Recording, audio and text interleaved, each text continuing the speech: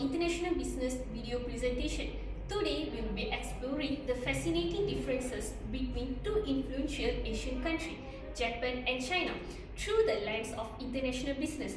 Our main focus is to understand how political system, economic system, legal system and culture system differ between these two countries, nation, and how much differences impact global business operation. This presentation also supports our Course Learning Outcome 1 CLO1 and Program Learning Outcome 3 PLO3, which focuses on understanding international business environments and globalization. Let's begin by understanding the issue at hand. Okay, I want to talk about the issue. In today's global economy, business don't just stay in one country. They expand, collaborate and trade across the borders.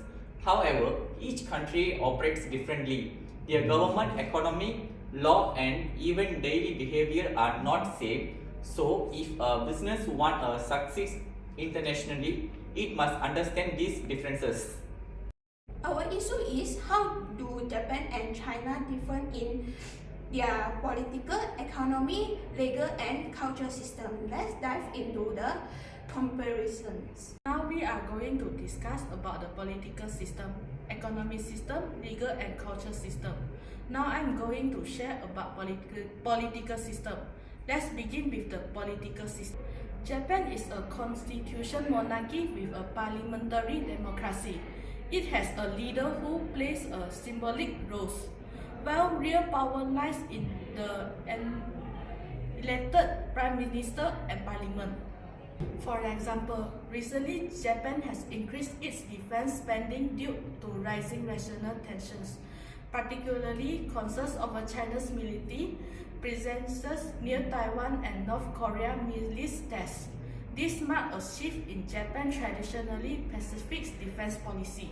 In contrast, China is a single-party communist state. The Chinese Communist Party, CCP, control everything such as government, military, courts and media. The president is also the head of the party and military. 3.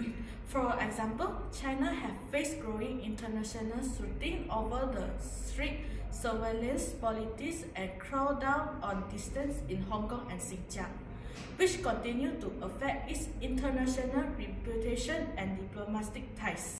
Now I want to talk about the economic system.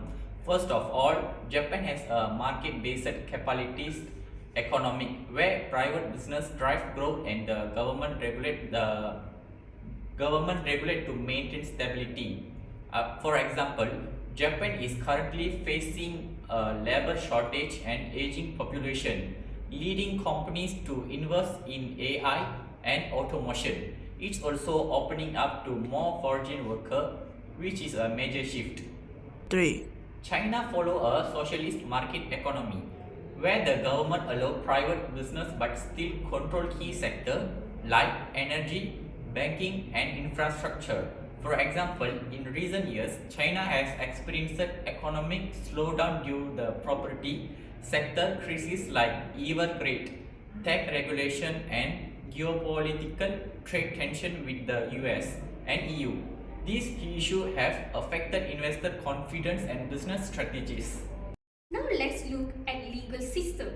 In Japan, legal system is independent and based on civil law.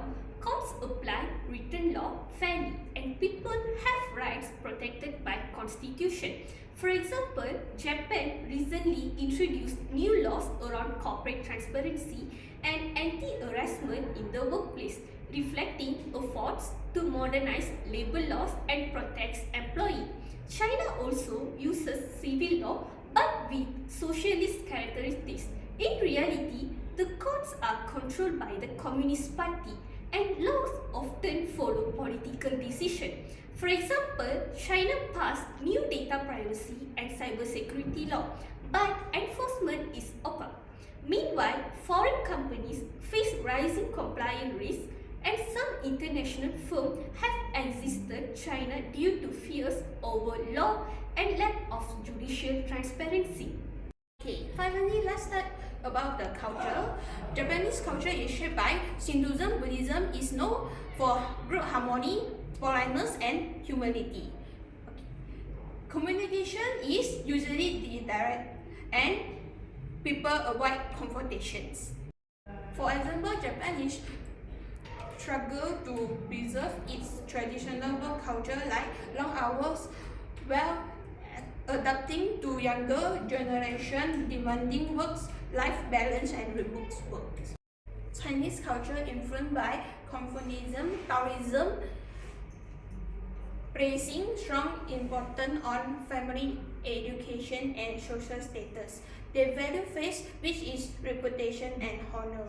For example, a cultural trait in China called tamping is laying flat has emerged where young people out of instances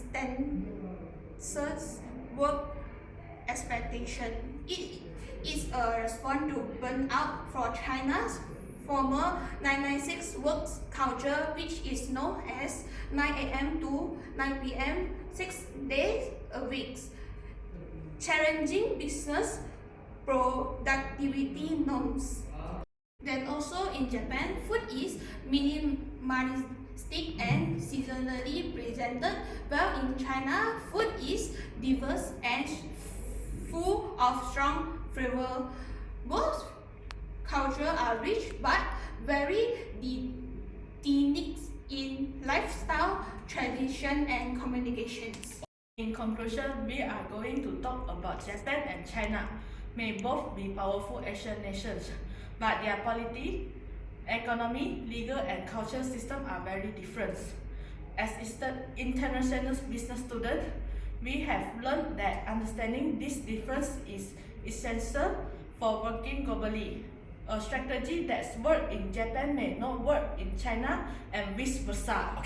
Our recommendation: before doing business in any country, companies should study its system and culture carefully. After that, what we have learned in globalization is not just about product and trade, it's also about people, value and system. Thank you for watching our video. We hope you have enjoyed our presentation.